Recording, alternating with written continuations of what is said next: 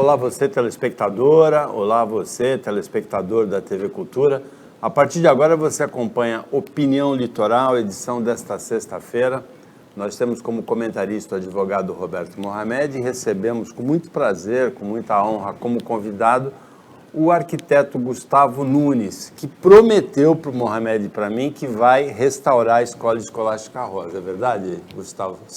Você confirma essa promessa aqui no ar? Confirma. Promessa é dívida. Na minha educação dada pelo Norton, promessa é dívida. Um grande desafio aí profissionalmente, para os próximos de 3 a 5 anos. Tem que tirar isso do papel e tornar uma realidade. Mohamed, boa tarde. Boa tarde. Assumido o compromisso, a gente pode dar andamento normal à opinião de hoje.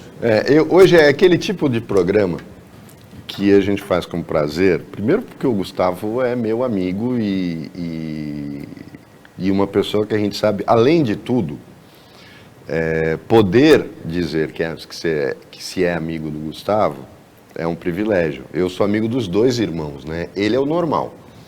O Fabião não é muito, mas como eu me dou muito bem com os 2, vai ser muito fácil fazer esse programa.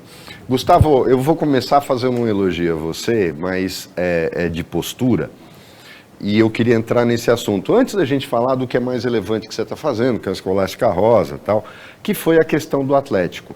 Eu fiz esse elogio pessoal a você, mas e ouvi também muitos elogios nisso, porque a gente vive numa cidade onde a construção civil é muito forte e a gente vê, e o índice de acidentes de trabalho é altíssimo, proporcional ao volume de serviços da área. Quando aconteceu aquele acidente, quando estava demolindo o Atlético Santista, você teve uma postura que é raríssima em relação ao empresário do setor, que foi estar presente, explicar o que aconteceu e dar total cobertura aos teus funcionários. Por que será, eu vou fazer 2 perguntas para você poder responder, por que será que esse não é um comportamento padrão? E segundo, o que é que está acontecendo no Atlético, e a gente viu acontecer nos clubes da Ponta da Praia, não é muito triste que a gente não tenha nenhum tipo de projeto que vá além de construir prédio? Ninguém fala de construir um campus universitário, de usar a área para um parque de eventos, como tem no Rio, o Museu do Amanhã, aquele conjunto olímpico. Por que Santos é tão carente desse tipo de projeto nessas áreas que poderiam ser utilizadas para beneficiar a cidade?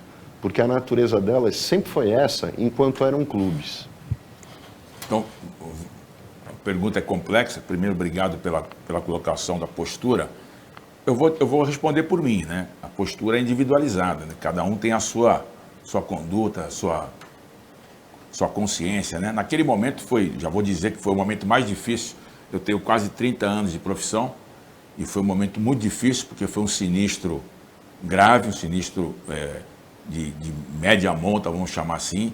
Eu tinha 4 funcionários trabalhando no local e aconteceu uma fatalidade, uma ruptura de uma das peças que correu e evidentemente que eu tinha acabado de sair da obra, acho que era 14h40, quase 3 horas da tarde, e tinha ido em casa ido no escritório pegar uma documentação, quando me ligaram, caiu a estrutura de madeira. Eu já estava desmontando, já estava com um êxito positivo naquele momento, naquela fase da obra, mas tive que passar por isso e não tinha outra maneira de assumir a responsabilidade. Foi o que eu fiz desde o começo, aliás, desde sempre, na minha carreira aí de 27, 28 anos de profissão.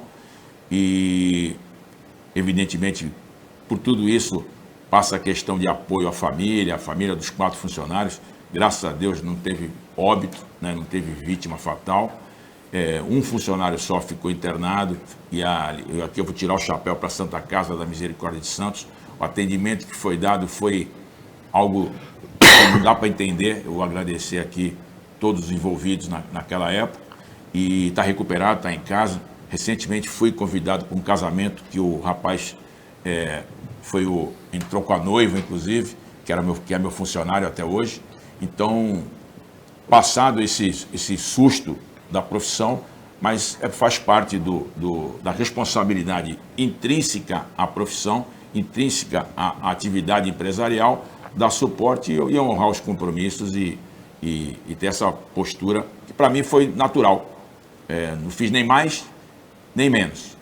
Especificamente para o funcionário, eu fiz um pouco além, porque acho que era uma obrigação minha pessoal. A lei determina algumas coisas, algumas obrigações. Eu fui um pouco além porque achei que era necessário e estou com a consciência tranquila, virei essa página. E agora falando da questão empresarial e do uso e aproveitamento, eu vou remeter ao Regatas. O Regatas tinha um ginásio fantástico, muito legal, teve um sinistro lá com o show dos Raimundos, foi pontual, mas era um complexo esportivo muito bacana, tinha uma qualidade esportiva, era muito maior que o Atlético. Então, eu acho que Santos, às vezes, perde algumas oportunidades de desenvolver e ter equipamentos, que você falou agora, equipamentos que possam contribuir para a sociedade. E aí vou dar um outro exemplo que está querendo vir à tona novamente, que é a questão da hospedaria dos imigrantes. Ela tá em processo de ruína, na verdade a classificação técnica hoje do imóvel, que passou a ser um objeto só, ele está em ruína. Mas o poder público, tanto estadual quanto municipal, poderiam trilhar um caminho de desenvolver alguma coisa benéfica e com uso coletivo, uso para a população. Não sei se será o caso, mas temos ainda algumas oportunidades aqui e acolá que o município pode utilizar e pode se beneficiar, claro, beneficiar, eu digo, para a sociedade. Mas, infelizmente, é uma realidade, a especulação imobiliária, ela tem grande força, grande poder, não só financeiro, mas de gerar receita, gerar emprego, gerar o dinheiro na cidade. Então, é uma ocorrência natural do desenvolvimento da cidade. E, Gustavo, você falou da hospedaria. É verdade que o solo está contaminado? Vamos lá. Eu não tenho acesso a essa informação, então não vou falar do que eu não sei, mas vamos dizer que tem a contaminação. Quantos outros lotes em Santos já tiveram contaminação? Por exemplo, quando você desativa um posto de gasolina, é necessário fazer uma descontaminação. É totalmente possível, porque o lençol freático é alto, há uma contaminação dessa questão de lençol. A própria terra, você pode fazer uma troca de solo. Em vez de trocar 1 metro, 2, você troca 3 metros. É possível, tecnologia há. Agora, isso não pode ser usado como escudo e cortina de fumaça para não usar a área. É um absurdo. Já a tecnologia farta de domínio de qualquer empresa especializada nesse tipo de serviço que vai conseguir tratar e beneficiar o solo. Isso não é desculpa. Eu vou dar um exemplo nessa questão da hospedaria, porque é um assunto que a gente vive discutindo. Por exemplo, o ruína, o Teatro Guarani era uma ruína. E foi refeito. Exatamente. A obra foi muito porca, porque acabaram com a acústica do teatro, que era excelente. Quer dizer, quem fez o projeto não entendia de restauração. Era um momento político em que não se dava muito valor a isso, se preocupava-se mais com quanto a empreiteira contratada ia doar para a campanha do candidato, mas fizeram uma desgraceira. Mas é a prova que dá para fazer, seja com paredes paralelas. Agora, aí a gente entra numa outra coisa que eu também queria conversar com você, que é o centro histórico. Depois do que aconteceu em Santa Maria, Fabião, Gustavo, os bombeiros começaram a querer trabalhar, porque todo mundo pensa que mudou a legislação. Não mudou. Acontece ela teve uma adaptação, até lá, e eu me espantei, isso foi nos documentários, os dois, são excelentes, eu acho que as pessoas deviam assistir, tanto do Netflix quanto da Globoplay, sobre a tragédia. O próprio promotor falou, como é que pode só 4 réus, que são os 4 empresários, responderem por tudo? Cadê o prefeito? Cadê o corpo de bombeiros? A responsabilidade. A casa tinha alvará, a casa tinha laudo. A gente sabe como é que funcionava antes de Santa Maria. Envelopinho. Envelopinho, era que nem alvará na Praia Grande para construir. Envelopinho. Aí começaram, não, agora não pode nada. Só que com a legislação de tombamentos em Santos, que eu entendo exagerada e despropositada, você não vai ter nada mais no centro da cidade, porque ninguém vai conseguir o AVCB. Os imóveis tombados tem degraus na entrada, tem obstáculos. Soleiras de granito. Tem portas estreitas. Quer dizer, não vai ter nada. O Alegra Centro morreu por ação deliberada do Paulo Alexandre, mas morreu também porque as casas não conseguiam a VCBI, não tinham apoio do poder público. Você não acha que está na hora, e o prefeito esteve aqui, o Rogério, porque eu sempre cobro isso dele, e ele sempre disse a mesma coisa, o Paulo como testemunha e os telespectadores, que ele ia rever pelo menos metade dos tombamentos. Não houve revisão de um. A única vez que ele revisou tombamento foi para construir este prédio da tribuna, mas aí amiguinho pode tudo. Agora, quando você falou ainda, você tem informação de que isso pode ocorrer, a revisão dos tombamentos? Então, vamos lá. O tema é complexo, um tema extenso, daria um programa só sobre isso, eu acredito.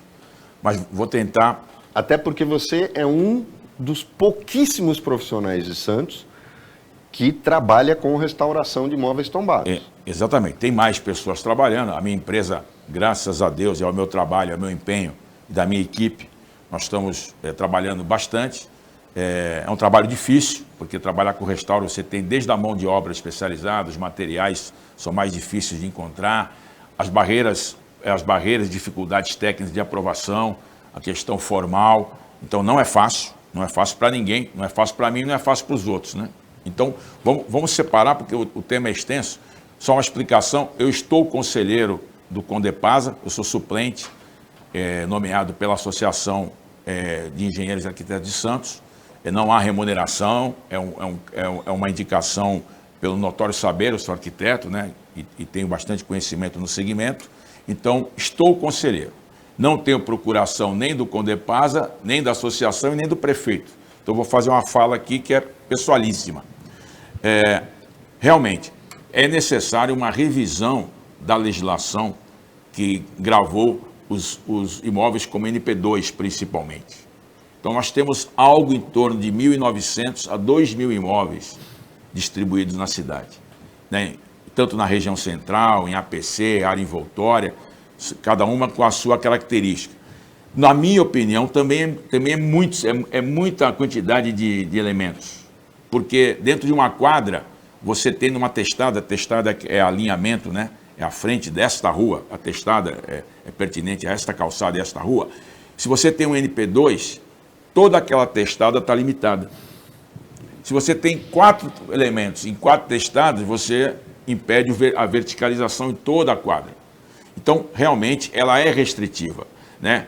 Quando você impõe a um imóvel a gravação de NP2 ou NP1 ou tombamento, eles ficam automaticamente vinculados à legislação e dentro dos limites da legislação, que basicamente é manter a altura, o tamanho dessa edificação, a volumetria, que é o modelo do telhado, e fachada e vãos. O que muitas vezes, numa realidade fática, não adianta fazer aqui locubração, a lei não é assim. Na prática, se eu tenho uma portinha de 1,20, ou 1,14, ou 1,12, ou 98, ela tem que ser respeitada. E se você descaracteriza, ele deixa de ter o valor NP2 e você incorre em infrações de legislação, fica sujeito a multas. As penalidades, elas chegam, eu sou testemunha disso. Então, as penalidades, elas chegam no proprietário do imóvel e até para o profissional. A lei é rigorosa, está sendo aplicada, né? O Ministério Público está em cima. Isso é uma realidade, né? Não estou falando, me queixando, mas é uma realidade. Se você não seguir o trâmite, não seguir a normativa, não seguir a legislação, você vai ser penalizado. Então, essas restrições impostas pela legislação, elas têm que ser revistas em algum momento. Começaram a fazer uma mudança, mas não avançou e não foi à frente. Então, estou no tempo, né? Então, desculpa, continuamos depois disso. Não, ainda tem 49 segundos. Então, vai ser necessária uma revisão, só que isso não aconteceu. Agora, você falou do Paulo e do Rogério, e eu vou falar do Rogério Santos, que é o prefeito atual. É compromisso dele de campanha, eu não tenho procuração, e não é questão de política isso, é questão que eu estou enxergando. Mudou um pouco o cenário favoravelmente, mudou um pouco. Então, eu estou sentindo que há uma melhora na ambiência e no clima para avançar as coisas e as questões aqui do centro de Santos, da cidade de Santos. Depois do intervalo, vamos ver com o Gustavo Nunes, um dos tombamentos que é o do Canal 4, o antigo tombamento pedido pelo então deputado Edmur Mesquita, que se opôs a uma tentativa de usar o Canal 4 como estacionamento de automóveis. Depois do intervalo.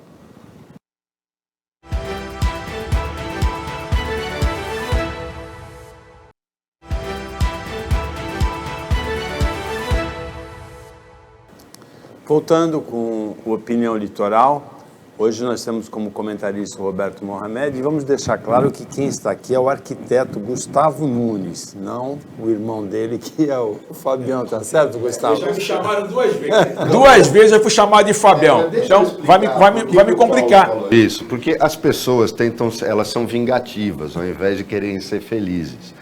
Como eu vivo dizendo que ele está velho, que ele tem os anticorpos contra a gripe espanhola, por isso que ele não pegou Covid e tal, ele não perde a oportunidade de fazer isso. É que como eu gosto muito dos dois, gosto muito dos dois, e eles são parecidos, eu acabo trocando, mas é um lapso, né?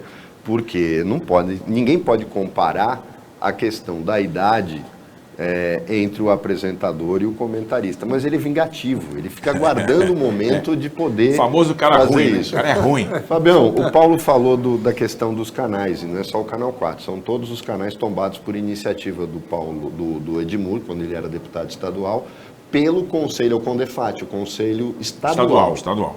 O Condepasa não... É curioso isso, porque o Condepasa não tem nenhum tombamento sobre os canais. Não ocorreu até a presente data o tombamento dos canais, nem de ofício, né, ex ofício, e nem por pedido tratado. Você não acha que isso é uma coisa houve o tombamento, mas pelo... Não, pelo Condepasa, eu estou dizendo. Que é o órgão municipal não tem essa proteção sobre os canais. É que tem um conselho que é municipal, que é o Condepasa, tem o Condefat. Estadual e tem o federal. Nacional, tem o né? IFAM. Tem o IFAM, exatamente. Agora, você não acha que isso é uma trava que colocaram no desenvolvimento da cidade? Porque as pessoas podem não ter ideia, todo mundo... O canal não está lá porque é bonitinho para ter árvore do lado. O canal está lá por uma razão específica, no início do século XX. Tem uma função de movimentação de maré e de drenagem. Agora, Santos já teve um canal coberto. Para quem não sabe, a Rangel Pestana, que é a continuação da Campos Sales, que é um canal... você sabe o termo técnico dele, é um canal que ele recebe o fluxo de todos os outros, porque Santos é como um leque. É um vaso comunicante, E ele serve para equalizar os canais vão em direção ao centro, a bacia do mercado. Exatamente.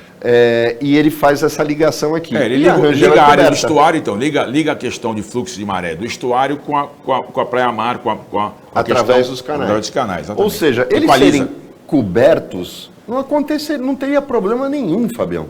Você não acha que é uma trava e que está na hora de cobrar os nossos deputados estaduais, como você disse? Porque o Rogério, você disse bem, foi compromisso de campanha dele, ele disse aqui no programa na campanha, nas 2 vezes que ele veio no programa depois de eleito, ele repetiu o que iria fazer e foi cobrado, porque na segunda eu falei, já passou 2 anos do seu governo e ainda não começou, mas você disse que há um clima de mudança. Agora, nós temos uma bancada estadual, inclusive na sua maior parte ligada ao governador Tarcísio. Você não acha que é hora de tentar montar um grupo de trabalho com gente como você, com o pessoal do Condepasa, que é da região, para levar o Condefat e falar, vocês estão travando o desenvolvimento da cidade? Então, vamos lá. Eu tenho uma opinião diferente da sua. A questão do tombamento dos canais feito pelo governo estadual é uma questão que está colocada. Não vejo... Existe um processo, a possibilidade de destombamento? Sim. Se você pesquisar no Google, vai ter. Fazenda Ipanema, tem vários, tem alguns casos. São poucos, mas existe. Esse tombamento tem mais ou menos 20 anos, ele é do começo desse século. Foi um litígio entre o então prefeito Beto Mansur, que queria cobrir o Canal 4 para fazer estacionamento de automóveis, e quiosque, banca de jornais, e o então deputado estadual Edmur Mesquita, que pediu o tombamento. Exatamente. Então, voltando no meu raciocínio, eu não sou favorável a tampar os canais, porque acredito que é uma intervenção. Essa calha aberta, dá um skyline, dá uma movimentação, me agrada. Eu sou santista, nascido aqui, estou com 54 anos, então o que existe hoje para mim me agrada. eu vejo que podem ser feitas intervenções na área lindeira, nas calçadas, na arborização. Isso é possível mexer. Como já tem ciclovia. Não, já tem ciclovia, exatamente. Então, mas na questão da calha, de tamponar, eu acredito que nessas áreas, mais para ZO, para a zona da Orla, né, que é Canal 4 da Afonso Pena para cá, ou Pedro Lessa para cá, eu acredito que não dê para... Estão colocando lá a imagem. Não me agrada essa questão de tampar, de fechar os canais. Nem para uso comercial, nem para uso de circulação de pessoas ou bicicletas, nem para estacionamento de carro. Não acho que é uma boa intervenção. Acho que vai agredir muito a cidade, acho que urbanisticamente vai perder. Minha opinião. Agora, não vejo também a possibilidade imediata do destombamento disso. É um processo demorado, é um processo não é fácil e teria que partir, com certeza, do poder público. E não tem nenhum desses canais que seja navegável, né? Não.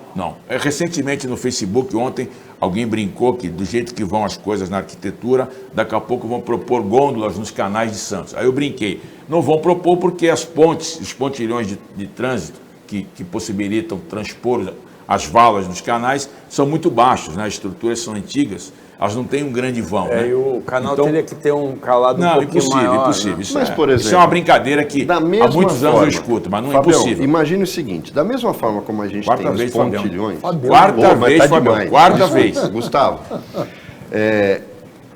existem, como a gente tem os pontilhões, inclusive tem uma coisa que eu até hoje não entendo, que é aquela do Canal 4, quando inicia Pedro Lessa, fizeram uma passarela do lado da outra, que não existia, que aquilo é umas coisas que Santos não consegue explicar. Mas, por exemplo, e coberturas parciais? Talvez fossem a saída, você ter passarelas de concreto com estacionamento. Eu vou trazer para a lembrança aqui, talvez as pessoas com um pouco mais de idade, como eu, vão lembrar, em frente ao Teatro Municipal, naquele canal, foi feita uma passarela de madeira, era uma estrutura mista, metálica e madeira, e foi temporária. Era interessante. Então, talvez pensar em estruturas móveis, para eventos, aí a minha opinião começa a mudar. Agora, fechamento total, na íntegra, para circulação e para veículos, eu sou contrário. Mas, de repente, em alguns canais, em algumas áreas, transformar isso para utilização pública, sem cobrança, pública, aí tudo bem. Quer dizer pontualmente. Que entre o Beto Mansur e o Edmur, você fica do lado do Edmur? Não é nem questão de entre o Beto, aliás, me dou muito bem com o Beto, me dava muito bem. Eu tenho uma característica, eu me dou muito bem com a maioria das pessoas. Claro que a gente não dá para agradar todo mundo. E não tenho nada contra nenhum deles. Eu digo que algumas iniciativas são positivas. E aí eu vou falar o que eu penso realmente. Sendo bom e tendo retorno para a população, e eu não sou candidato a nada, já fui candidato a vereador uma vez, tive míseros 500 votos, me decepcionei, nunca mais sou candidato a nada. Nem em prédio eu moro para não ser candidato a síndico. Então, e a questão segue o Beto, me dou bem, tranquilo. Edmur está falecido já, né? Então, eu acho que pode ser viável. Achar o meio termo de utilizar essa calha com as coberturas parciais. Existem vários projetos, inclusive na Faculdade de Arquitetura, para cobrir canal parcialmente, com atividades lúdicas, com teatrinho, com possibilidades. É para se pensar no futuro próximo. A cidade não tem para onde crescer. Exatamente, é esse o grande problema. Vai ter uma hora que a gente vai ter que pensar nisso. Gustavo, tem uma outra questão que a gente discute aqui muito, que é a questão da verticalização excessiva. Foi um surto durante o governo Beto Mansur, que o governo Papa, eu ouvi isso do Papa, fazendo um meia-culpa. Isso, por coincidência, tem um episódio que eu fiquei sabendo que o Serra, quando era governador, veio para Santos, estava no carro com o Papa e com mais alguém, eu acho que era o Tércio, e xingou os dois. Foi duro no sentido de vocês têm que fazer alguma coisa, essa verticalização excessiva é criminosa. Não vamos comparar Santos com o Rio de Janeiro, que tem um outro padrão de arquitetura. Os prédios são geminados, quer dizer, você tem um muro na zona da praia, mas é uma coisa que vem lá da década de 40. A verticalização de Santos começou depois. Mas você não acha que houve um exagero, que infelizmente a gente acabou pegando um caminho sem volta, porque os projetos já foram aprovados, tem o direito adquirido, ninguém volta atrás disso. Mas que foi uma coisa feita sem planejamento, de você ter arranha-céus de 30 andares numa cidade, sem se pensar em que, quando você coloca um prédio desse numa rua, você não tem que pensar só na questão do prédio, do tamanho, do recuo. Isso Água, é conhecido. esgoto, Fluxo o de trânsito, pessoas, fluxo de pessoas. Faltou esse planejamento, não faltou? Então, vamos lá. Você faltou dar o exemplo de Camboriú, né?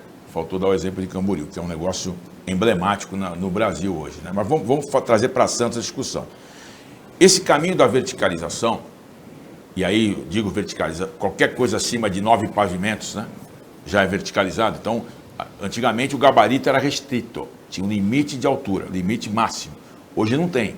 Hoje o limite do gabarito é em função do terreno. De contas, né? De quanto tem o teu lote, aproveitamento do lote, né?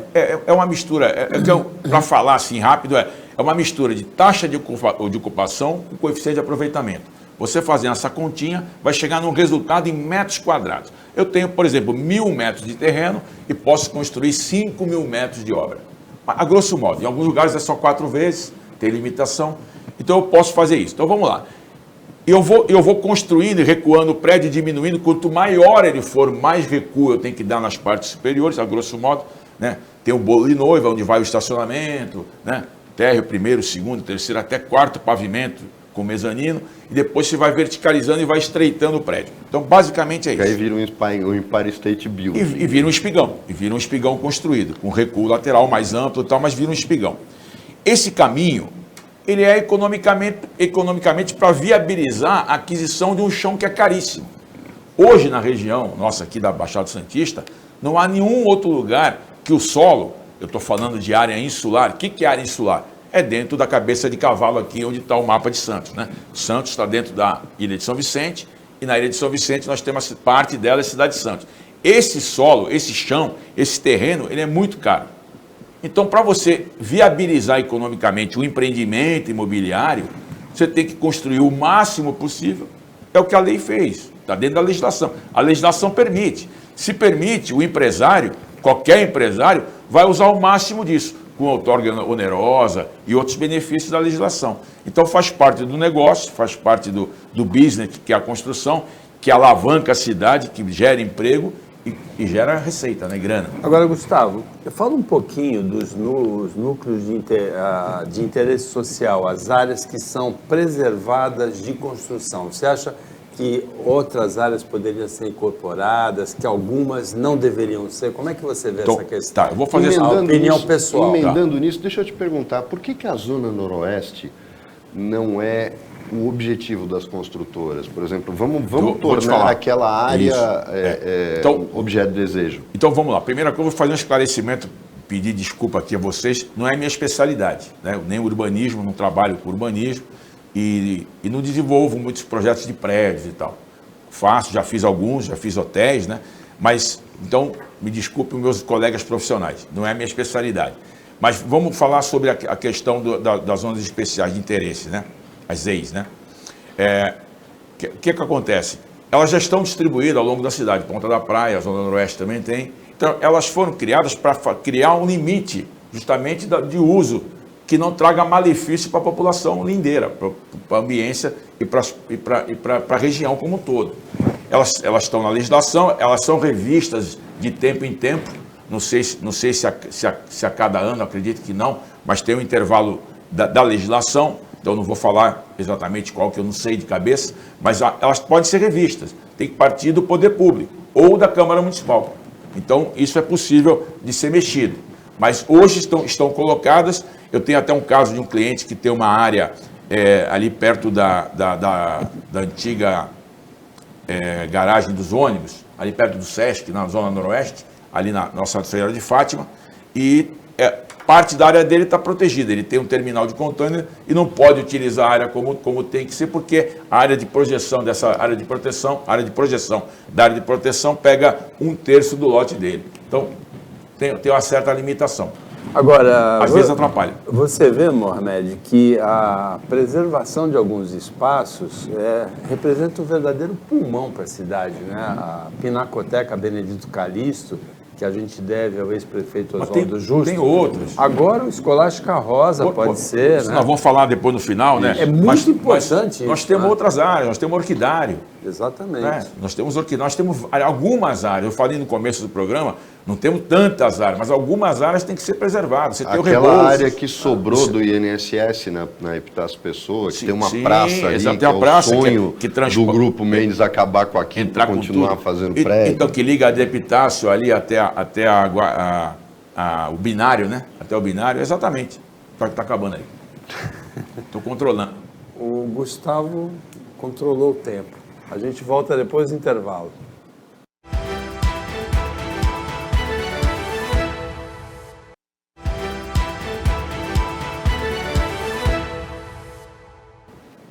Voltando com a opinião litoral, agora é o último bloco. Nós temos como comentarista hoje o advogado Roberto Mohamed, como convidado o arquiteto Gustavo Nunes, que tem o bloco todo, Mohamed, para falar de Escolástica Rosa, que é um assunto assim que todo mundo acompanha com muito interesse em Santos. Gustavo, o Escolástica ele tem uma característica até muito próxima da Pinacoteca. E houve uma tentativa na Pinacoteca de usar a metade do terreno que vai para Epitácio Pessoa, porque a Pinacoteca, aquela mansão, o terreno vai da praia a Epitácio. Aí houve uma tentativa que foi barrada no conselho, querendo utilizar aquela outra metade para financiar a manutenção. Uma ideia absurda de jirico, mas ainda o próprio conselho teve o equilíbrio para manter todo o terreno sem utilização. Tem um estacionamento ali até que facilita o acesso a ela. E se encontraram saídas. Por exemplo, se fez uma série de restaurantes, pizzaria, restaurantes e tal, porque dá para fazer, é só ter criatividade. O Escolástica, ele também vai até Epitácio Pessoa. Só que ele, na verdade, é constituído de dois terrenos distintos. Um é do Estado, que é o lado da Epitácio, É isso aí. e o do Escolástica Rosa, que é da Santa Casa. Eu queria que você explicasse, porque a gente não conseguiu entender, porque parece que vai haver, são instituições privadas que estão bancando o projeto. Aí a gente fecha. Quando é uma instituição privada, se não está usando Lei Rouanet, que para quem não sabe se aplica a isso, e existem fundos específicos no governo federal que devolvem dinheiro para o orçamento todo ano, porque acabam não havendo projetos para utilização para esse tipo de obra, que podem ser usados 100%. É disso que se trata o que vai acontecer no Escolástica, porque a gente sabe que a Santa Casa não tem dinheiro para fazer a reforma do local. Não.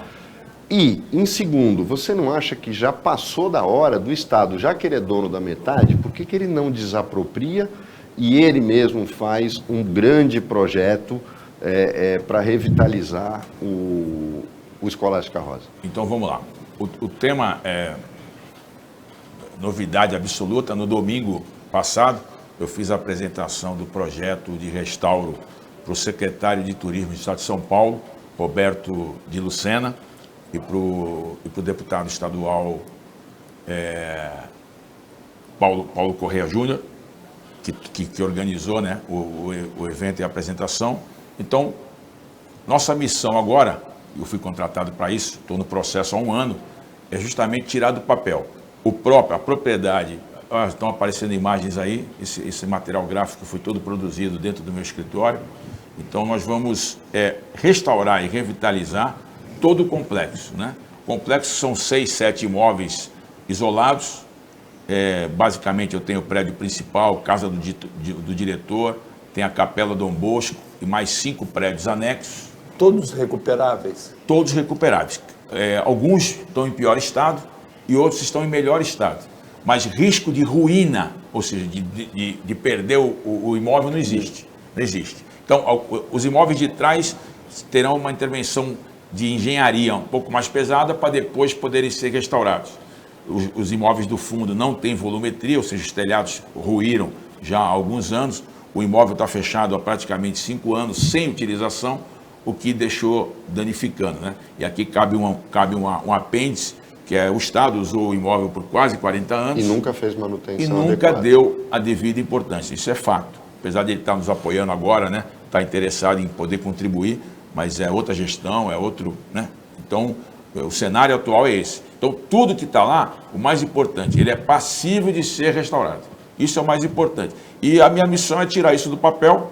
Eu estou usando uma terminologia, né, uma virada de página, né, porque o que aconteceu até 5 anos atrás, o processo estava em trâmite, eu peguei na fase final justamente para levar a cabo. E estou conseguindo com bom êxito, né? Estou na fase final de aprovação na Prefeitura. A Prefeitura Municipal já aprovou o projeto de restauro e, na verdade, eu tenho que fazer a última etapa, que é devolver as plantas fisicamente, que chama-se artigo 26 da legislação, que é devolver as plantas corrigidas, passadas a limpo, para poder emitir o alvará de licença de execução. Então, estamos na fase final. Acredito que até a semana que vem esteja resolvido. Gustavo, a estrutura de paredes, janelas é exatamente igual? Você fez um trabalho de recuperação das cores originais? Exatamente. As cores, elas são determinadas através de um trabalho chamado estratigrafia. É feito uma prospecção física lá no local, em vários pontos do prédio, que chama-se registro ou estratigrafia. Das camadas que estão lá exatamente. Você foram cobertas, Foram cobertas. Ao longo das obras e intervenções, você vai pintando camada sobre camada. Ninguém retira a camada anterior para pintar. Ninguém faz isso. De vez em quando faz uma raspagem. Agora, são essas cores que apareceram nesses... São lindas, né? Exatamente. A tonalidade é próxima. Claro que a imagem ela é mais lúdica, é uma imagem de apresentação, mas basicamente é isso. Mas não vai mudar muito. É um bege claro, tem o branco também, tem o amarelinho, tem um pouco de ocre nas partes internas e tem uma série tem os azulejos que serão preservados, nós temos o mosaico, né? Nós temos pisos de ladrilho hidráulico. Então tudo isso está levantado, é um trabalho fantástico. Para ter uma ideia, só essa apresentação tem 36 plantas do tamanho grande, 36 tamanho A0 a 1, que é uma folha desse tamanho. E são 36, de 01 a 36. Essa parte que está aparecendo agora, interna, Gustavo, parece uma microparatia. A ideia é mais ou menos essa. Eu que denominei a área, eu chamo de boulevard, eu chamo de área de circulação. O prédio hoje está segregado por vários muros e paredes. Ao longo da utilização, foram fazendo pequenos confinamentos das construções, para utilizar a casa para uma coisa, para outra. De que época é a construção? Então, ela inaugurou em 1908. E o Stella Maris é mais ou menos da mesma época, o Colégio Stella Maris? Stella Maris? Não, é mais recente. Porque tem uma semelhança, né? A tipologia construtiva, mas é mais recente. Essa construção começou em 1900, que foi da morte do João Otávio. Ele deixou o legado, ele não conseguiu ver pronto. Isso é importante dizer que esse projeto é do escritório de arquitetura Ramos de Azevedo, fantástico. Na época São Paulo. Da construção, era um dos mais importantes, mais significativos, com grandes obras edificadas pelo Brasil inteiro, né? Então, olha só as imagens. Hoje está um pouco diferente, né? Esse alpendre não existe mais, né? Esse alpendre com esse gradil, né? Hoje é uma mureta. Então, nós vamos recuperar isso. Vai ser recuperado o gradil ou vai ficar mureta? É uma composição das duas possibilidades. Agora, Mohamed, é um presente para a cidade. Não, é um presente difícil até de avaliar a dimensão desse presente, né? Mas eu tenho uma curiosidade. O Aristóteles está tombado? Não. Então, por exemplo, eu vou dar um exemplo que você conhece bem. O Mackenzie. Sei. O Mackenzie, ele é todo tombado. São aqueles prédios no estilo inglês, de 5 andares, que funcionam. Eu fiz mestrado lá e eu acho lindo aquilo. Quando eles precisaram fazer uma ampliação de espaço, o que eles fizeram? O Mackenzie pediu financiamento no BNDES, comprou um terreno que vai para Consolação, emendou, tanto que você nota, tem uma escadaria, porque tem uma diferença de altura entre eles, e neste prédio construiu um espigão. Sim. Então ali ele alocou tudo, sem precisar mexer na arquitetura original da universidade, que é lindo. Para quem não conhece aquele campus, é uma coisa maravilhosa. Num eventual, digamos que ali fosse uma universidade pública, se fosse dar essa destinação ali, porque numa universidade pública você pode colocar um teatro público, nós temos previsão de uma galeria de arte, um museu, tudo dentro de uma universidade, né? Poderia ser a Unifesp ou a FAPESP ou qualquer uma. Agora, eventual necessidade de crescimento não estaria vedada, né, Gustavo? Porque poderia se usar o prédio do Aristóteles para levantar prédio mais alto. Só uma correção na tua fala, só para determinar. não é metade do terreno. A parte do Aristóteles, hoje, é só em termos aquele de canto área, da é Epitácio. só o fundo que dá para Epitácio e representa mais ou menos de um quarto da área, na proporção. Então, toda essa área frontal, que é da Santa Casa, nós temos ali mais ou menos 12 mil metros de área construída. Então, nós temos muita área para ser aproveitada e ser reutilizada. Por que reutilizada? Porque o restauro, que está previsto para tudo, com as volumetrias corretas, com os vãos, com a tipologia construtiva, com janelas, com os detalhes de arquitetura, né, que eu chamo os ornamentos e tudo mais, e o material similar, o mais próximo possível do que era em 1908, que vai ser recuperado, vai possibilitar que se dê novo uso a esses espaços, que hoje estão totalmente sem uso há 5 anos. Então, o particular que está vindo, que é o NUPEC e o SERPA, que estão tocando isso, eles vão fazer o quê? Eles vão gerenciar essa construção, gerenciar o restauro sob meu comando e vamos devolver isso para a sociedade com uma nova utilização, com equipamentos de ensino, escola de música, escola de teatro. Uma das meninas dos olhos é a escola de restauro. E da onde vem o dinheiro, Gustavo? Cara, o dinheiro vai vir de várias ações. Por exemplo, você falou em Rouanet, vai ser feito levantamento para Rouanet, você tem o dinheiro privado, você tem os incentivadores e apoiadores que vão tomar frente. Fundação Itaú, Fundação Bradesco. Tem uma fundação? Exato, tem a fundação. Você vai ter a Santa Casa não tem dinheiro específico para isso, mas em algum momento pode ser utilizado. Você vai ter o dinheiro do Estado. O Estado, como incentivador, que foi a apresentação que eu fiz domingo, achou, porque é para o turismo, no questão, o secretário é da pasta de turismo. Aí tem o DADTUR, né? Exatamente, você o tem o DADTUR. Então, de apoio. Da onde vier o dinheiro e bem gerenciado e bem aplicado, o mais importante é tirar do papel e devolver uma área nobre, uma construção que é fantástica. Para você ter uma ideia, mesmo ela, na maneira que está, ela impressiona. É impressionante. Agora, Gustavo, impressionante. A cidade de Santos tem um exemplo assim, muito negativo de restauração de uma obra pública, que é o Teatro Coliseu, que passou por uma reforma muito longa. Eu lembro de gente dizer... demorou mais para reformar do que o Coliseu de Roma. Quem disse essa frase foi Armênio Mendes. No século I. Num jornal Opinião. Exatamente. E que passou depois, periodicamente, por novas reformas, começa a usar... Houve artistas que vieram em Santos e reclamaram publicamente do estado de conservação do Coliseu. Meu irmão foi secretário, então, né? Meu irmão foi secretário de cultura aqui. Como evitar os erros que aconteceram no Coliseu? Você tem essa receita? Eu tenho essa receita. O segredo está no planejamento, que nós estamos fazendo há 1 ano, e na gestão, que vai ser particular, vai ser privada e não pública.